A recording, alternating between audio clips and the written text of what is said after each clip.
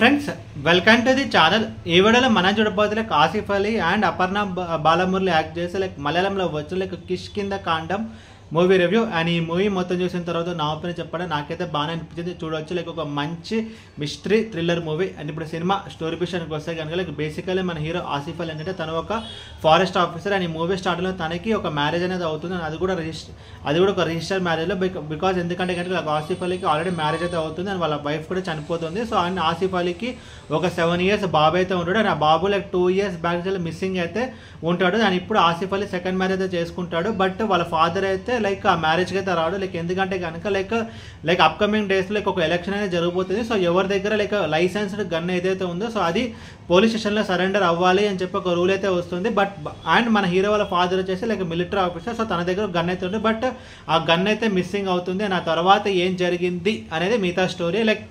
ముందుగా ఈ cinema plus points గురించి మనం మాట్లాడుకుంటే కనుక story and screen play story అయితే ఇది ఒక mystery thriller movie.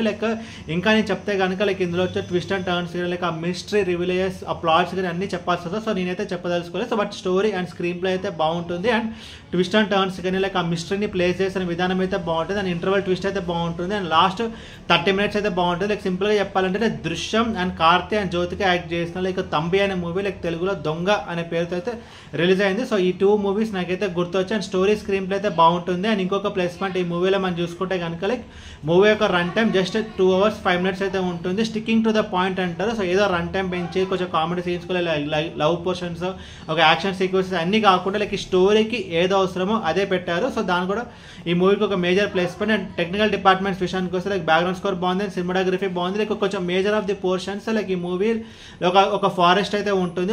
Forest location అయితే జరుగుతుంది. సో ఆ లొకేషన్ అయితే బాగుంటుంది. And Asif Ali and Aparna Balamurali and మిగతా వాళ్ళు కూడా ఈచ్ అండ్ ఎవ్రీ పర్సన్ వాళ్ళ రోల్స్ దగ్గర కూడా బాగానే చేస్తారు. ఆసిఫ్ అలీ మనం చూసుకుంటే కనుక తలవన్ అనే మూవీ, లెవెల్ క్రాస్ అనే మూవీ అండ్ ఇప్పుడు ఈ మూవీ. సో ఇయర్ తనకైతే చాలా అయితే బాగుంది. అండ్ ఈ మూవీలో కూడా అంతే.